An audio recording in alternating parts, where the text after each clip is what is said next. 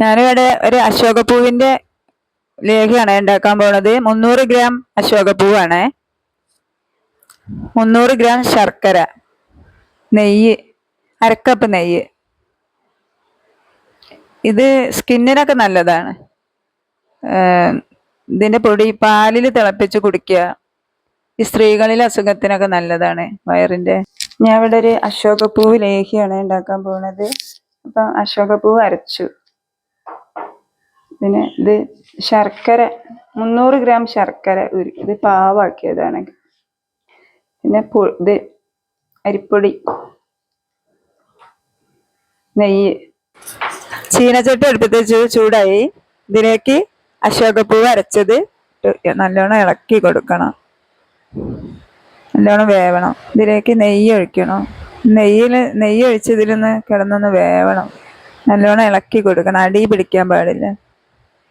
ശർക്കരപ്പാനി ഒഴിച്ചു. 300 ശർക്കരയാണ്, അരക്കപ്പ് നെയ്യ്, കുറച്ചുകൂടി നെയ്യ് ഒഴിച്ചു കൊടുത്തു. നല്ലോണം ഇളക്കി കൊടുക്കണം.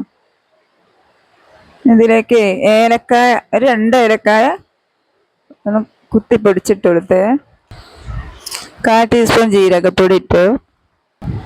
നല്ലോണം അടിയിൽ പിടിക്കാതെ ഇളക്കി കൊടുക്കണം. ഇതിലേക്ക് ഈ പൊടി ഇട്ട് കൊടുത്തു. ഇത് ഞാനിട്ട് കൊടുത്തത് അരിപ്പൊടിയല്ല, ഈ രാഗീന്റെ പൊടിയാണ്, രാഗിപ്പൊടി 1 സ്പൂണ്.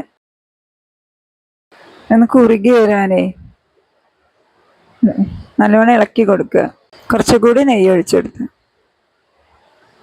നെയ്യ് കിടന്നാണ് വേവണം.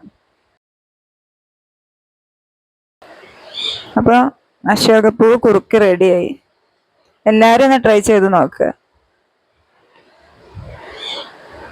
നല്ല ടേസ്റ്റുള്ളൊരു വിഭവമാണ്, ഔഷധമാണ്.